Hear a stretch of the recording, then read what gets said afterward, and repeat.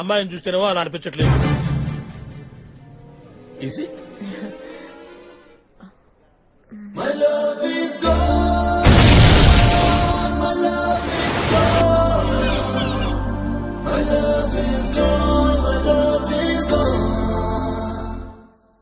Hello, ప్రపంచం ఎంత చిన్నదో చూశామ్మా.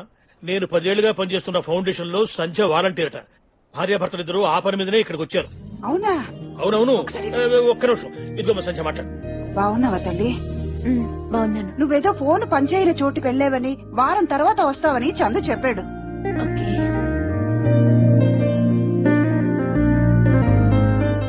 ఓకే అంటే ఉంటాను. వాళ్ళని ఎంతకాలం మోసం చేస్తావు?